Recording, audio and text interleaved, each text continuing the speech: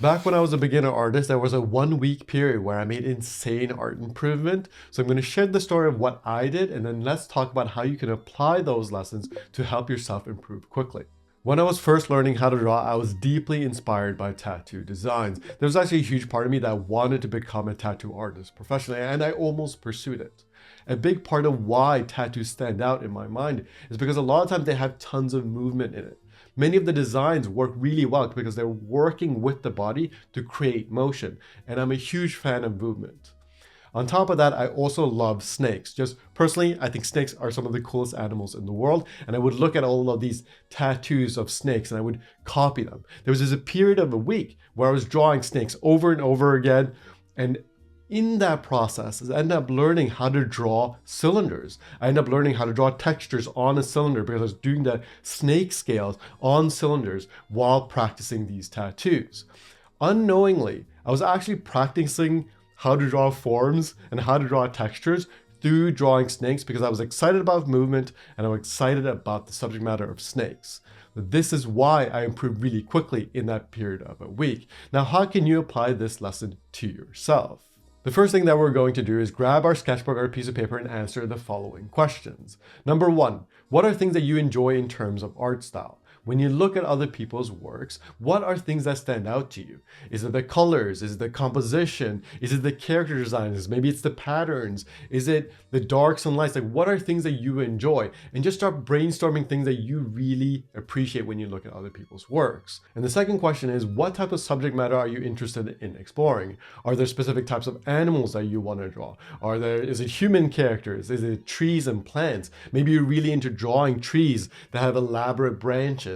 Like, what are things that you are interested in exploring? Now, this isn't a permanent record of what you're going to do with your art. These are just things for us to explore just for a week. You don't have to write this down and this be like a permanent thing that you're going to follow for the rest of the year. It's just for the next couple of weeks, we're going to try to explore these different types of subject matter and these different types of styles. We want to combine the two and make our drawings as interesting as possible to us, because the more fun we have and the more excitement we have for what we're drawing, the quicker we will learn. The reason why I improved so quickly during that week was because I was having so much fun that I was drawing a ton. I was drawing all the time, and I was really interested in what I was doing. I wasn't just going through drawing exercises just for the sake of it. That's why in the second step, we're gonna go and look around for drawing exercises and figure out how we can combine the different things. What are drawing exercises that we can experiment that would actually be fun for us? You can check out the 54 free drawing exercises video that I have below. That I have a couple of free worksheets. Just watch it through and pay attention to which of those exercises would be fun to you. It's always important to remember that drawing is about enjoying the practice. It's not just about being productive and efficient. Yes, there are more efficient ways to learn certain skills, but if you're not having fun while doing it, you actually lose a lot of that efficiency. One thing that gets lost in translation a lot of the times is that many art teachers actually like the analytical forcing approach. A lot of them enjoy those drawing exercises and pass those drawing exercises on to their students, assuming that their students will also enjoy those exercises the exact same way. But that isn't always true. A lot of times you have to adjust the drawing exercise so you can enjoy it more yourself, which is why in my 54 free drawing exercises, I draw cute characters. Drawing cute characters helps me a ton. But if that doesn't resonate with you, then don't use that approach. Find an approach that actually makes sense to you. That is why in step number one, we wrote out what kind of art styles we're into, what kind of subject matter we're into. So we can use that knowledge to then connect back to the different drawing exercises.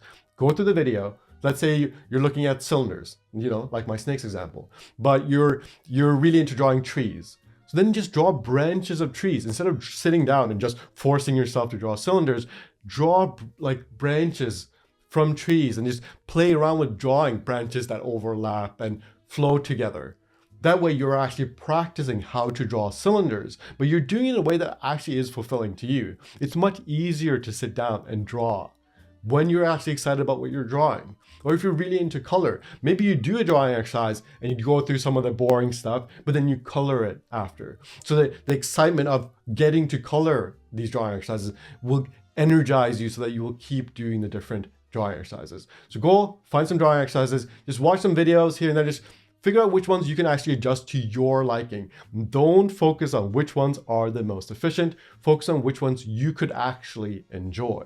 The third step is figuring out how you can draw more. How can you get to the drawing table more often? How can you be more focused during your drawing sessions? One thing that worked really well for me is I use these timers, like it's just a kitchen timer, to force myself to draw for at least 20 minutes. There are many days where I at first don't really feel like sitting down. Sometimes I'm like a little hesitant, but if I start my timer, I know I'm gonna draw for 20 minutes, and that gets me into the mood of sitting down to draw. And that works really well for me. Now that might not work for you, so you're really gonna have to try and play around. Now, there are many more approaches that I've experimented with. So I have this video right here that you can check out where I go through 5 different methods that made me fall in love with drawing, made sitting down to draw way, way easier. So go check that out right now.